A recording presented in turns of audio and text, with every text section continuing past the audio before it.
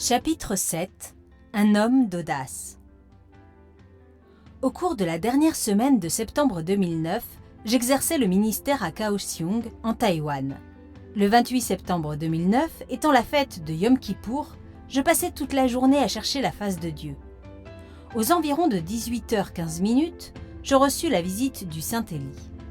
Il me fixa droit dans les yeux et me dit « Sois fort et audacieux ». Le prophète Élie est un homme très fort en esprit et audacieux. C'est ce que nous devons comprendre par se fortifier dans le Seigneur et par sa force toute puissante. Ep 6:10.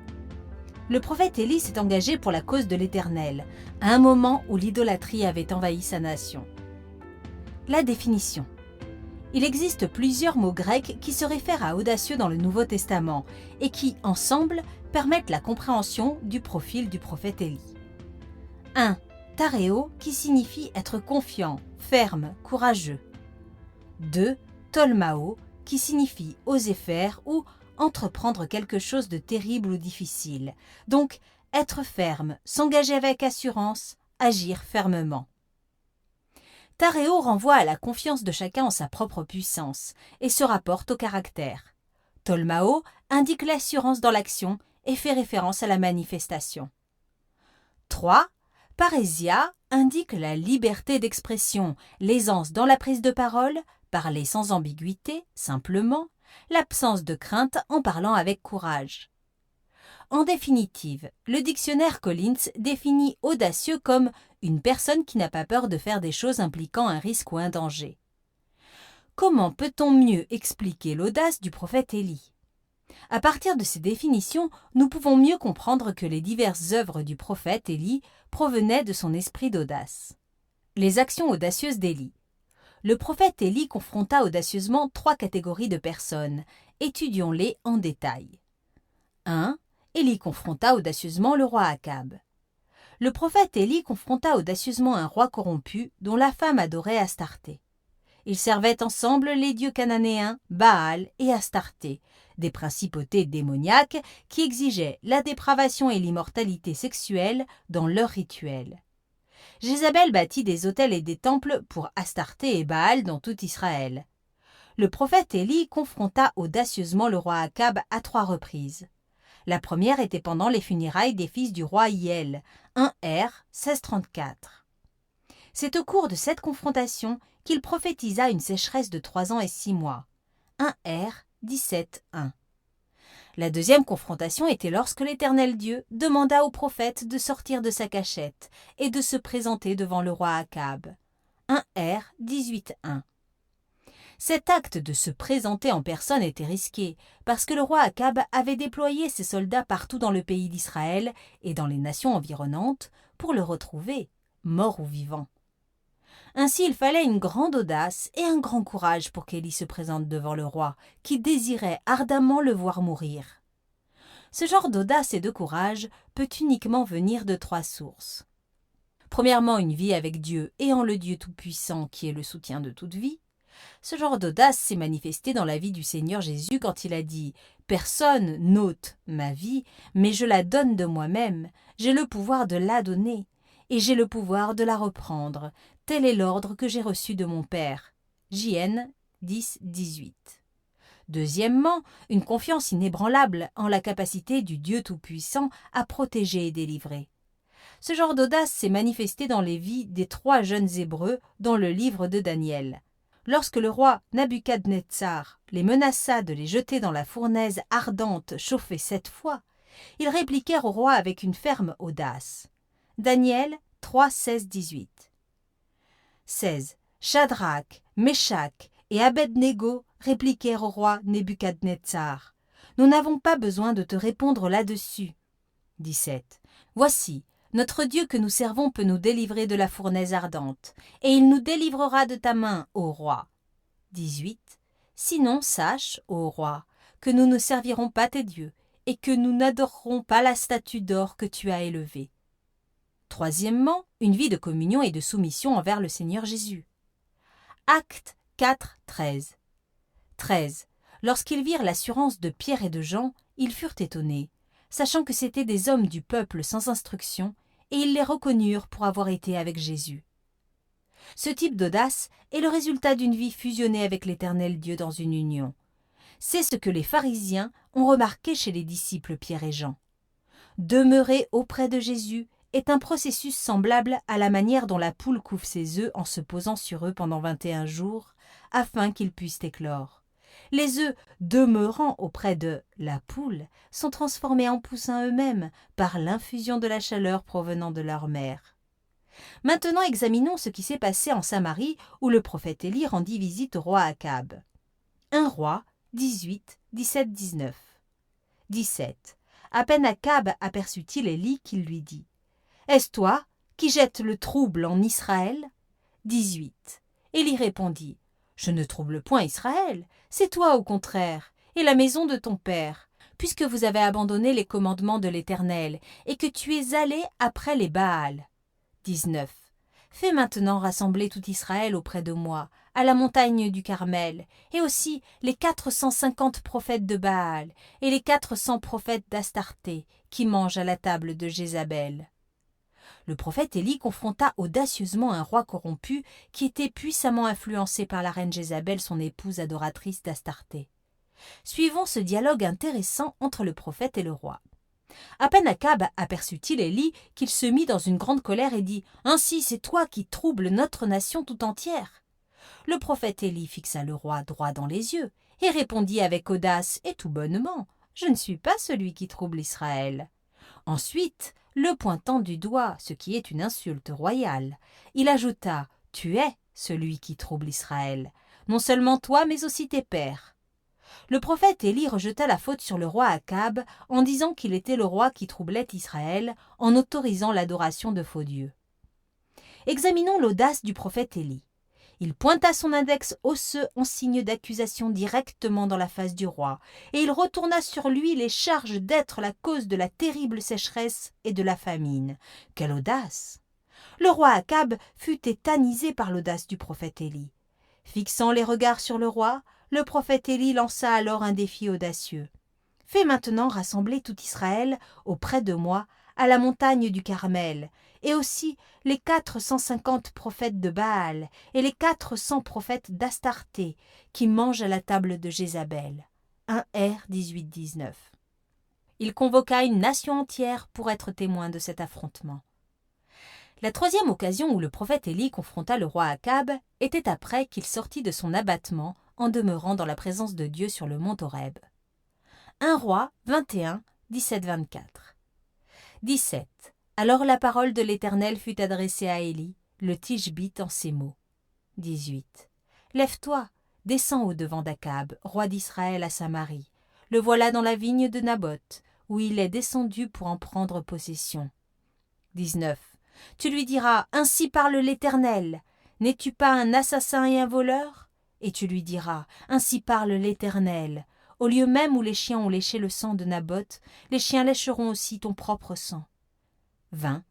Akab dit à Élie, m'as-tu trouvé, mon ennemi ? Et il répondit, je t'ai trouvé, parce que tu t'es vendu pour faire ce qui est mal aux yeux de l'Éternel. 21. Voici, je vais faire venir le malheur sur toi, je te balayerai, j'exterminerai quiconque appartient à Akab, celui qui est esclave et celui qui est libre en Israël. 22. Et je rendrai ta maison semblable à la maison de Jéroboam, fils de Nébat, et à la maison de Baécha, fils d'Achija, parce que tu m'as irrité et que tu as fait pécher Israël. 23. L'Éternel parle aussi sur Jézabel, et il dit, les chiens mangeront Jézabel près du rempart de Jizréel. 24. Celui de la maison d'Akab qui mourra dans la ville sera mangé par les chiens, et celui qui mourra dans les champs sera mangé par les oiseaux du ciel. Après que la reine Jézabel mit la tête du prophète Élie à prix, celui-ci s'enfuit de la Samarie par crainte pour sa vie. Il se cacha pendant un long moment, plus de 40 jours.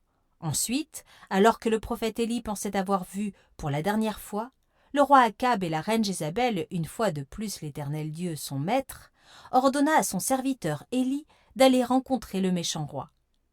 Lorsque le prophète Élie trouva le roi se réjouissant de sa nouvelle possession prisée, qui était la vigne de Naboth, Il le réprimanda sévèrement avec une grande audace pour avoir assassiné un homme innocent et pris à tort sa vigne. Sans mesurer les conséquences, le prophète Élie prophétisa avec audace la chute du roi Akab. Rempli d'audace par l'Esprit de Dieu, le prophète Élie, sans aucune crainte, prophétisa le sort tragique de la reine Jézabel, qui orchestra le complot pour assassiner l'innocent Naboth. L'homme qui avait eu crainte pour sa vie et qui s'était enfui devant la menace de mort d'une puissante et méchante reine, maintenant se tenait avec audace en face d'eux et prophétisait le jugement de Dieu contre tous les deux. Il y a encore une occasion où le prophète Élie réprimanda avec audace les messagers du roi Akazia, qui était le fils du roi Akab. 2 Rois 1, 2-4. 2. Or Akazia tomba par le treillis de sa chambre haute à Samarie, et il en fut malade. Il fit partir des messagers et leur dit « Allez, consultez Baal-Zébub, dieu d'Écron, pour savoir si je guérirai de cette maladie. » 3. Mais l'ange de l'Éternel dit à Élie le Tishbite « Lève-toi, monte à la rencontre des messagers du roi de Samarie, et dis-leur, et ce, parce qu'il n'y a point de Dieu en Israël, que vous allez consulter Baal-Zébub, dieu d'Écron. » 4. C'est pourquoi ainsi parle l'Éternel. Tu ne descendras pas du lit sur lequel tu es monté, car tu mourras. Et Élie s'en alla. Le prophète Élie peut être décrit comme un homme qui réprimande avec audace et sans crainte les rois. 2. Élie confronta audacieusement Israël idolâtre. 1 Roi 18, 20-21. 20. Akab envoya des messagers vers tous les enfants d'Israël, et il rassembla les prophètes à la montagne du Carmel. 21. Alors Élie s'approcha de tout le peuple et dit « Jusqu'à quand clocherez-vous des deux côtés? Si l'Éternel est Dieu, allez après lui. Si c'est Baal, allez après lui. » Le peuple ne lui répondit rien. La nation d'Israël se rassembla sur le mont Carmel avec le roi Akab et 450 faux prophètes. Le prophète Élie censura alors l'apostasie du peuple d'Israël et du roi Akab parce qu'ils avaient permis que l'adoration de Baal s'étende à la nation entière.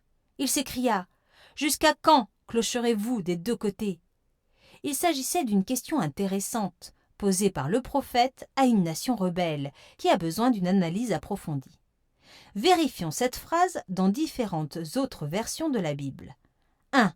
Nouvelle édition de Genève. Jusqu'à quand boiterez-vous des deux côtés? 2. Français courant. Quand cesserez-vous de sautiller tantôt sur un pied, tantôt sur l'autre? 3. Parole de vie. Jusqu'à quand serez-vous imprécis? 4. Le message. Jusqu'à quand est-ce que vous allez danser, tantôt pour l'un, tantôt pour l'autre? 5. Louis II 21. Jusqu'à quand aurez-vous un comportement boiteux? 6. Semeur. Combien de temps encore sauterez-vous des deux côtés? Quel était le problème du peuple? Pourquoi était-il indécis? Pourquoi était-il hésitant? Bien que les passages suivants aient été écrits beaucoup plus tard dans l'histoire d'Israël, ils expriment néanmoins la condition d'Israël qui a finalement poussé Dieu à les expulser hors du pays. 2 Rois 17, 32-41. 32. Ils craignaient aussi l'Éternel, et ils se créèrent des prêtres de haut lieu, pris parmi tout le peuple. Ces prêtres offraient pour eux des sacrifices dans les maisons des hauts lieux. 33. Ainsi ils craignaient l'Éternel, et ils servaient en même temps leur Dieu, d'après la coutume des nations d'où on les avait transportés. 34. Ils suivent encore aujourd'hui leurs premiers usages. Ils ne craignent point l'Éternel, et ils ne se conforment ni à leurs lois et à leurs ordonnances, ni à la loi et aux commandements prescrits par l'Éternel aux enfants de Jacob, qu'il appela du nom d'Israël. 35. L'Éternel avait fait alliance avec eux, et leur avait donné cet ordre. Vous ne craindrez point d'autres dieux, vous ne vous prosternerez point devant eux, vous ne les servirez point, et vous ne leur offrirez point de sacrifice. 36. Mais vous craindrez l'Éternel, qui vous a fait monter du pays d'Égypte avec une grande puissance, et à bras étendus. C'est devant lui que vous vous prosternerez, et c'est à lui que vous offrirez des sacrifices. 37. Vous observerez et mettrez toujours en pratique les préceptes, les ordonnances, la loi et les commandements qu'il a écrits pour vous, et vous ne craindrez point d'autres dieux. 38. Vous n'oublierez pas l'alliance que j'ai faite avec vous, et vous ne craindrez point d'autres dieux. 39. Mais vous craindrez l'Éternel votre Dieu, et il vous délivrera de la main de tous vos ennemis. 40. Et ils n'ont point obéi, et ils ont suivi leurs premiers usages. 41. Ces nations craignaient l'Éternel et servaient leurs images, et leurs enfants et les enfants de leurs enfants font jusqu'à ce jour ce que leurs pères ont fait. Même le roi Akab, semble-t-il, avait le même problème. 1 Roi 21, 25-26 mentionne ceci au sujet d'Akab. Il n'y a personne qui se voit vendu comme Akab pour faire ce qui est mal aux yeux de l'Éternel, et Jézabel, sa femme, l'y excitait. Il a agi de la manière la plus abominable en allant près des idoles, comme le faisaient les Amoréens, que l'Éternel chassa devant les enfants d'Israël. Mais un changement se produisit dans son cœur après que le prophète Élie l'ait condamné. Après avoir entendu les paroles d'Élie, Akab déchira ses vêtements, il mit un sac sur son corps et il jeûna. Il couchait avec ce sac, et il marchait lentement. 1 R 21-27. À tel point que l'Éternel Dieu usa de miséricorde et de compassion envers lui. Et la parole de l'Éternel fut adressée à Élie, le Tishbite, en ces mots. « As-tu vu comment Akab s'est humilié devant moi ? Parce qu'il s'est humilié devant moi, je ne ferai pas venir le malheur pendant sa vie. Ce sera pendant la vie de son fils que je ferai venir le malheur sur sa maison. » 1 R 21, 28-29. Les enfants d'Israël ne prenaient pas position dans une situation critique d'instabilité, combinant l'adoration à l'Éternel avec le culte populaire de Baal et d'Astarté. Le roi Akab et le peuple étaient comme un oiseau sur l'arbre. L'oiseau ne peut pas décider là où il veut se poser, donc il continue de sautiller tout autour. C'est ce qui a poussé le prophète à poser cette question. Jusqu'à quand clocherez-vous des deux côtés ? Leur léthargie spirituelle envers le vrai Dieu les empêchait de faire n'importe quel engagement. Leur cœur ballottait d'un côté à l'autre, aller-retour, inlassablement. Il est déplorable de constater que lorsque le prophète Élie demanda aux gens de choisir entre suivre l'Éternel Dieu ou Baal, ils furent silencieux. 1 R 18-21. Ils ne pouvaient pas choisir parce qu'ils craignaient Jéhovah Dieu et aimaient aussi Baal et sa compagne sensuelle, Astarté. Une situation pareille s'était également produite au temps du prophète Moïse, lorsqu'il descendit de la montagne et trouva presque toute la nation adorant le veau d'or. Cependant, quand le prophète posa la même question aux Hébreux, à savoir de choisir entre l'Éternel et l'idole, au moins les Lévites répondirent sur le champ en choisissant de suivre l'Éternel Dieu. Ex 32, 26. Cependant, au temps du prophète Élie, l'indifférence était devenue leur marque de distinction et leur style de vie. L'influence des puissances démoniaques manifestées au travers de la reine Jézabel était si grande qu'elle parvint à séduire une nation de plusieurs millions à renoncer à l'adoration de l'Éternel Dieu, excepté 7000. Seulement 7000 restèrent fidèles au Dieu vivant, avec plusieurs ayant payé cela au prix de leur vie. Malgré cela, lorsque le prophète Élie les défia de se décider et de choisir lequel ils serviraient et adoreraient, l'Éternel Dieu ou Baal, ils ne pouvaient choisir et restèrent silencieux.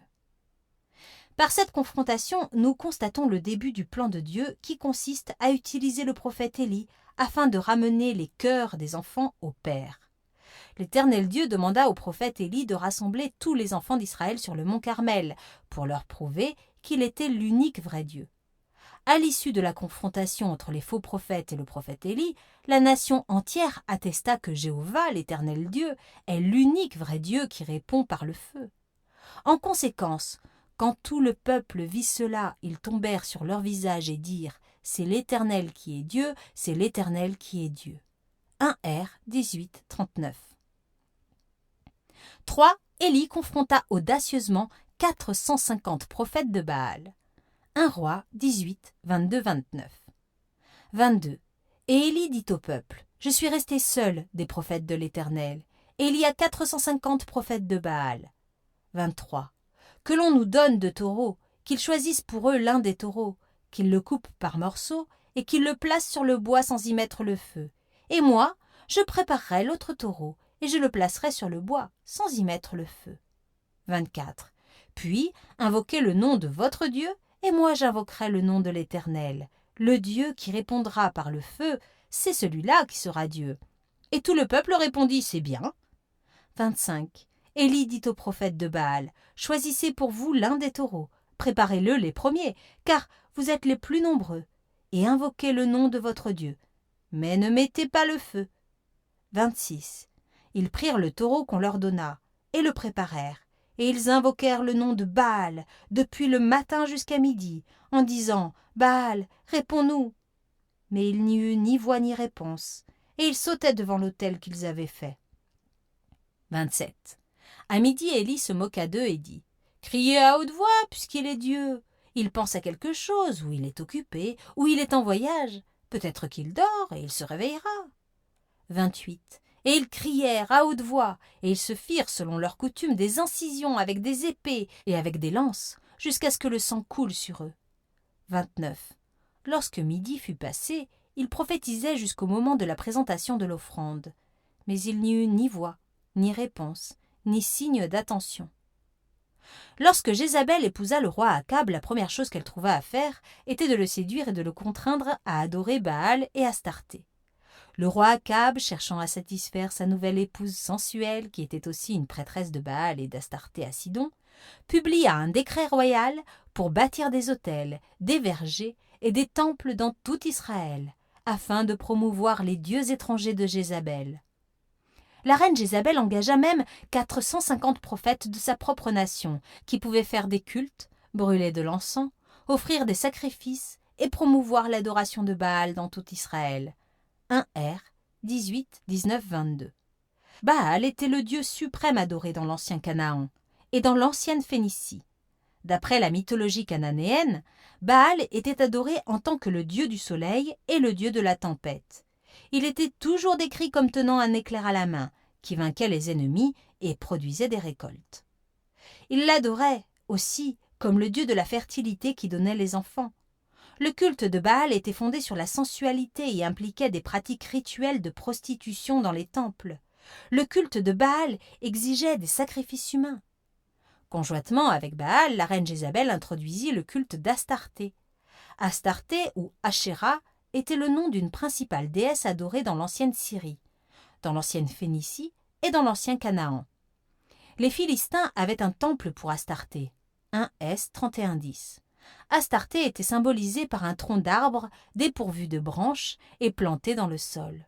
Le tronc était habituellement sculpté en une représentation symbolique de la déesse. À cause de l'association avec des arbres sculptés, les endroits pour le culte d'Astarté étaient communément appelés vergers. Et le mot hébreu « Ashéra » pourrait faire référence à la déesse ou à un verger d'arbres. Considérée comme la déesse de la lune, Astarté était souvent présentée comme la compagne de Baal, le dieu du soleil. JG 3, 7, 6, 8, 10, 6, 1 S 7, 4, 12, 10.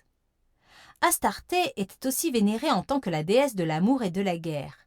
Le culte d'Astarté était réputé pour sa sensualité et ses rituels de prostitution. Les prêtres et prêtresses d'Astarté pratiquaient la divination et les prophètes d'Astarté pratiquaient la voyance.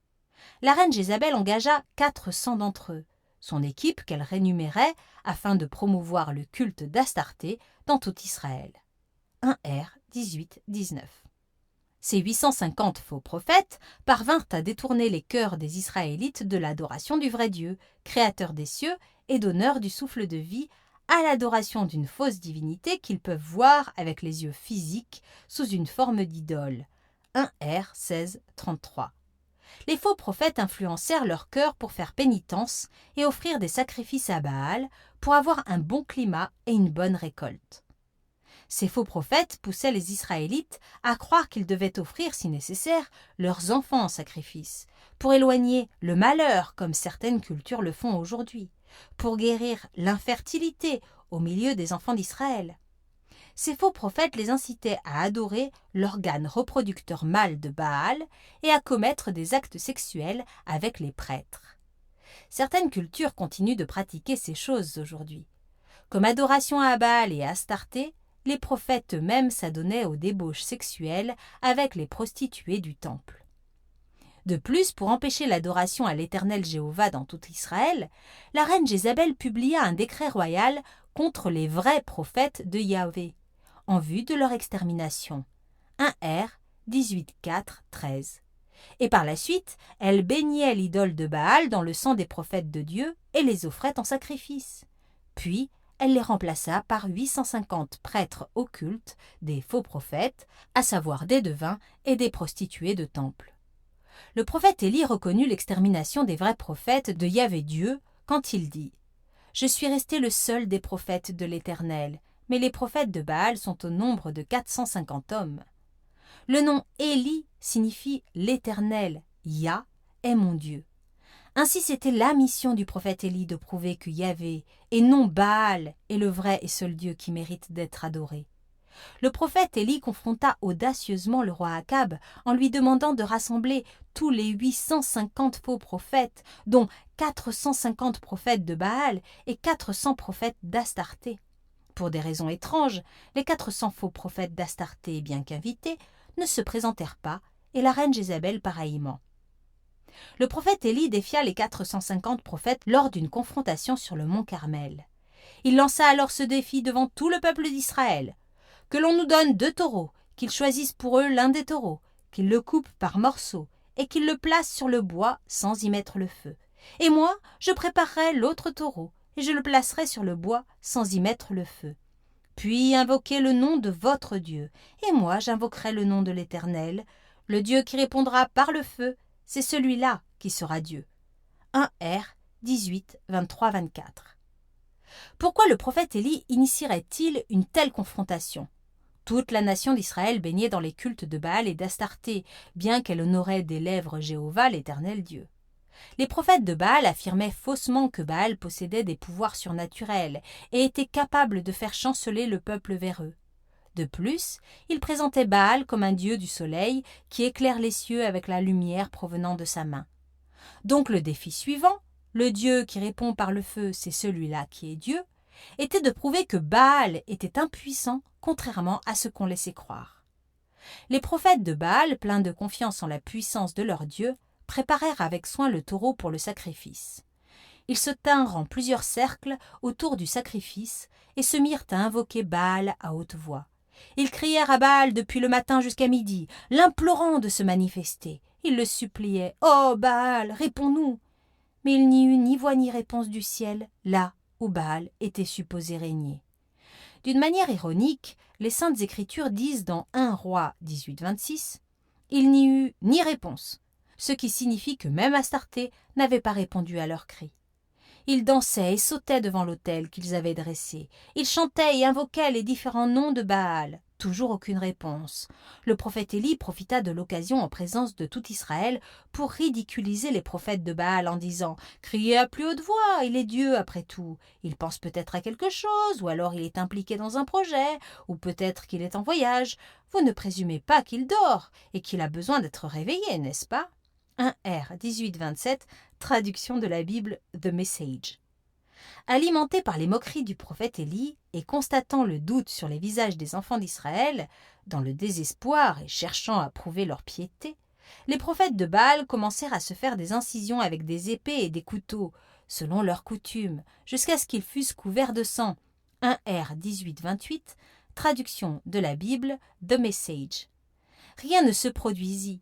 Ceci continua bien au-delà de l'heure du midi. Ils utilisèrent toutes sortes d'astuces et de méthodes religieuses à leur connaissance pour faire en sorte que quelque chose se produise sur l'autel, mais rien ne se passa.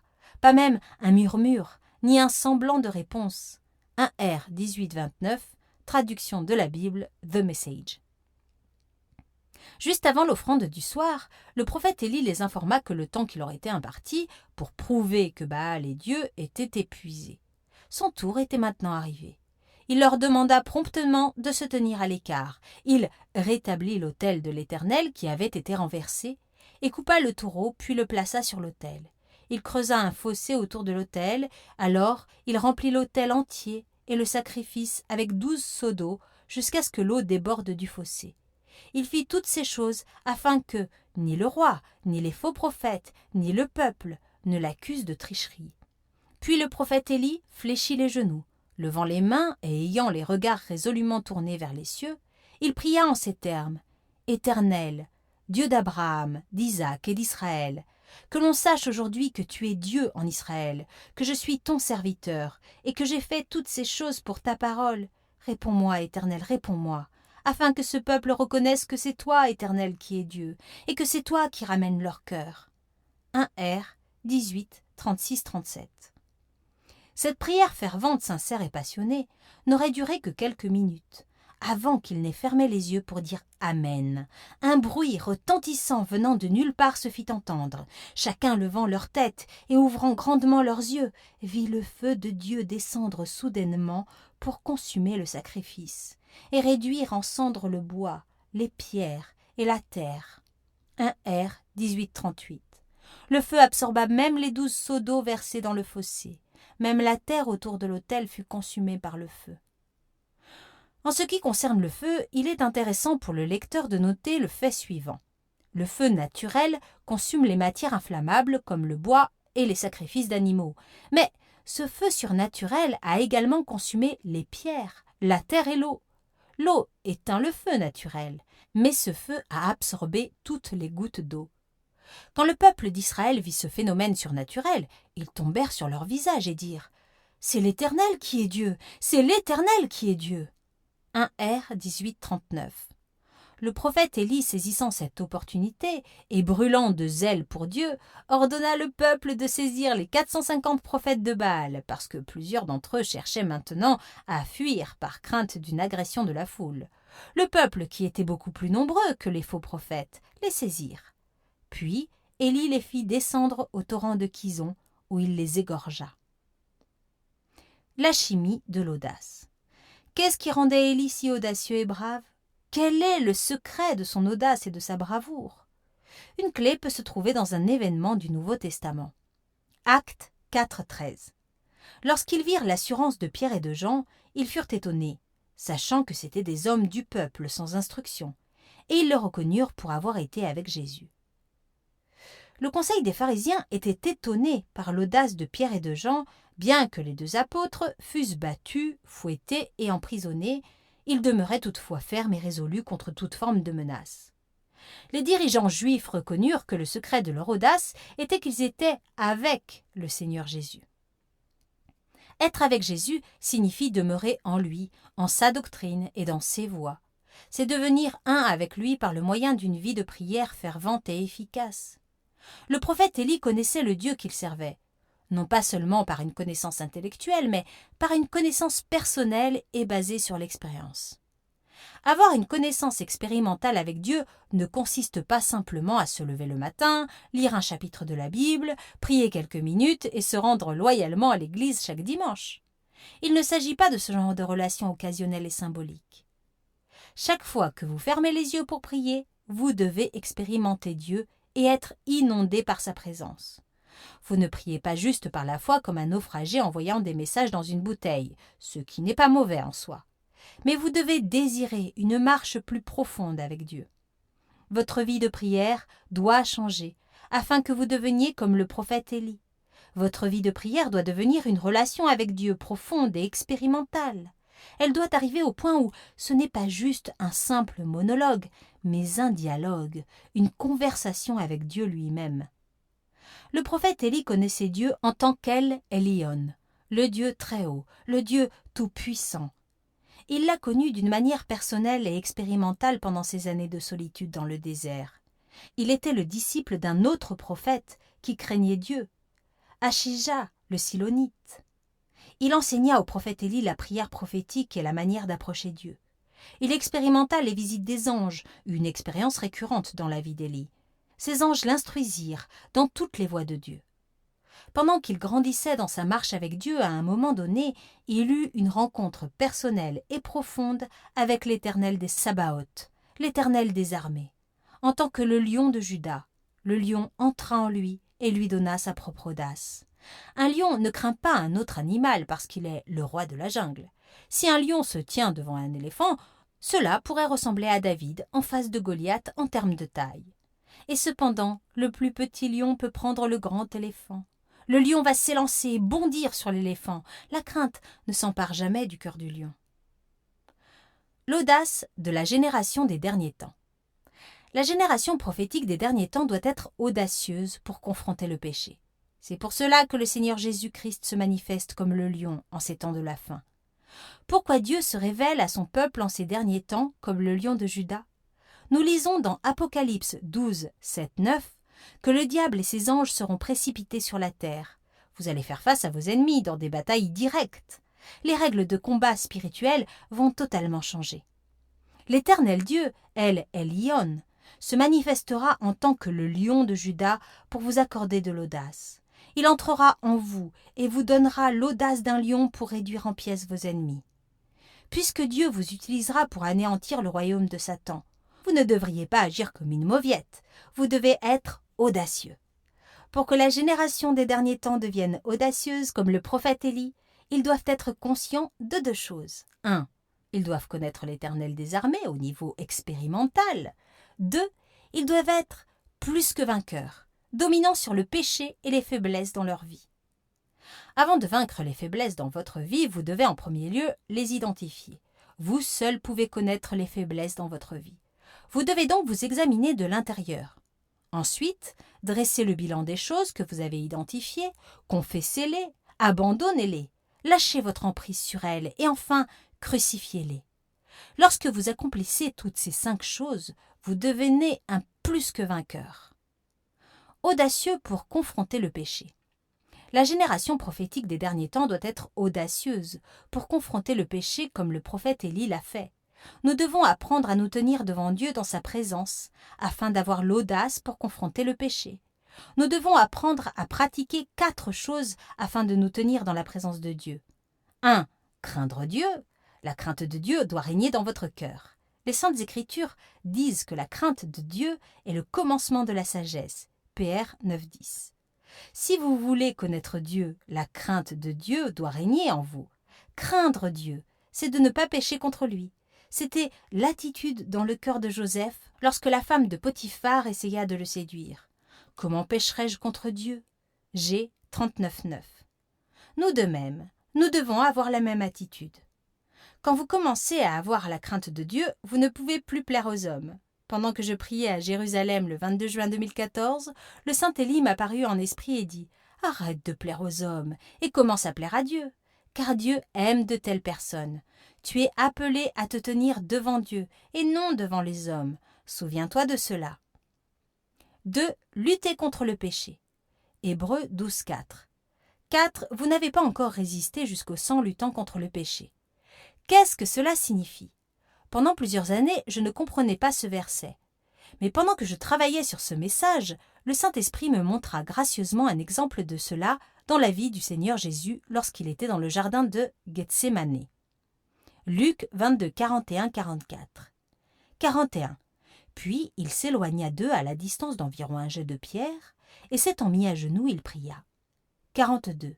Disant « Père, si tu voulais éloigner de moi cette coupe, toutefois que ma volonté ne fasse pas, mais la tienne. » 43. Alors un ange lui apparut du ciel pour le fortifier. 44. Étant en agonie, il priait plus instamment, et sa sueur devint comme des grumeaux de sang qui tombaient à terre. Quand le Seigneur Jésus-Christ pria avec ferveur dans le jardin de Gethsémane, sa sueur devint comme des grumeaux de sang. Pourquoi avait-il besoin de prier avec une telle agonie? Il luttait contre sa chair qui essayait de dominer sur lui.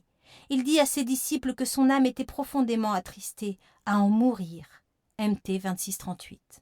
Parce qu'il était accablé de tristesse, il pria à Dieu le Père, « Mon Père, si c'est possible, que cette coupe s'éloigne de moi. Toutefois, non pas comme moi je veux, mais comme toi tu veux. » MT 26-39.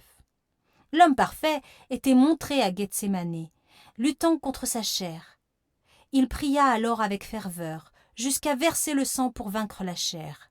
De la même manière, vous devez continuer de lutter contre le péché dans votre vie. Vous ne devez pas laisser les faiblesses et le péché régner sur votre vie. Vous devez lutter contre cela et devenir le maître. 3. Avoir une bonne relation de prière avec Dieu. Actes 4, 13. 13. Lorsqu'ils virent l'assurance de Pierre et de Jean, ils furent étonnés, sachant que c'étaient des hommes du peuple sans instruction, et ils les reconnurent pour avoir été avec Jésus. Lorsque les membres du conseil de Sanhédrin interrogèrent l'apôtre Pierre, il leur répondit avec audace et courage, sans crainte. Ils se demandèrent comment était-il devenu aussi audacieux lorsque peu de temps auparavant, il avait renié son propre maître par amour pour sa propre vie. Mais à présent, après 50 jours, il était soudainement devenu aussi audacieux qu'un lion. Ils raisonnèrent entre eux et trouvèrent la réponse. Ils avaient été avec Jésus. Vous de même pouvez avoir de l'audace en étant avec le Seigneur Jésus par le moyen d'une relation efficace et expérimentale. Par conséquent, vous devez développer votre vie de prière. 4. Connaître intimement le Saint-Esprit comme un ami. 2 Corinthiens 13:13. 13. Que la grâce du Seigneur Jésus-Christ, l'amour de Dieu et la communion du Saint-Esprit soient avec vous tous. Comment pouvons-nous connaître le Saint-Esprit comme un ami d'une manière intime? Un des moyens, c'est par la méditation de la parole de Dieu. Le Seigneur Jésus a dit « c'est l'Esprit qui vivifie, la chair ne sert à rien ». Les paroles que je vous ai dites sont esprit et vie. JN 6:63. Par conséquent, la parole de Dieu est le Saint-Esprit. Lorsque vous méditez sur la parole, vous méditez sur le Saint-Esprit. De temps à autre, ayez pour objectif de faire un type de jeûne différent, jeûner de la parole. Qu'est-ce que cela peut bien signifier? Une fois par semaine, ou aussi souvent que vous le désirez, mettez de côté la télévision, les journaux, les téléphones portables et l'Internet. Ne vous adonnez pas à ces choses pour un temps. Lisez et méditez seulement la parole de Dieu. Cela s'appelle le jeûne de la parole. Lorsque vous commencez à jeûner de la parole, le Seigneur viendra souper avec vous. Est-ce vraiment possible? Je vous entends vous poser cette question. Il y a un précédent, la loi de la première mention en rapport avec cela dans la Bible. L'Éternel Dieu invita une fois les 70 anciens d'Israël à monter sur le mont Sinaï avec les prophètes Moïse et Aaron pour souper avec lui. Exode 24, 9, 11. Tout comme cela se produisit sur le mont Sinaï, des milliers d'années de cela, le Seigneur Jésus maintenant étend cette même invitation à tous ceux qui attendent en silence dans sa présence, par le moyen de la prière et de jeûne de sa parole. Voici, je me tiens à la porte et je frappe. Si quelqu'un entend ma voix et ouvre la porte, j'entrerai chez lui. Je souperai avec lui et lui avec moi. Apes 3:20. Le 6 juillet 2017, tandis que je priais à Chennai, un être semblable à un lion, Apes 4:7, m'apparut en esprit et me dit « La génération prophétique des derniers temps a besoin de l'audace pour accomplir ce à quoi elle est appelée. C'est l'onction du lion. La génération de la fin des temps a besoin d'être audacieuse pour confronter les 1. Iniquité des nations comme Élie l'a fait. 2. Iniquité des peuples comme Moïse l'a fait. 3. Iniquité des rois, ceux en autorité, comme Jean-Baptiste l'a fait. L'audace manque à plusieurs qui se sont appelés eux-mêmes prophètes. Ils sont des lions sans dents, se cachant dans leur cage. Un prophète des derniers temps a besoin de l'audace pour libérer les captifs sous le règne de l'Antichrist, lorsque les ténèbres couvriront la surface de la terre.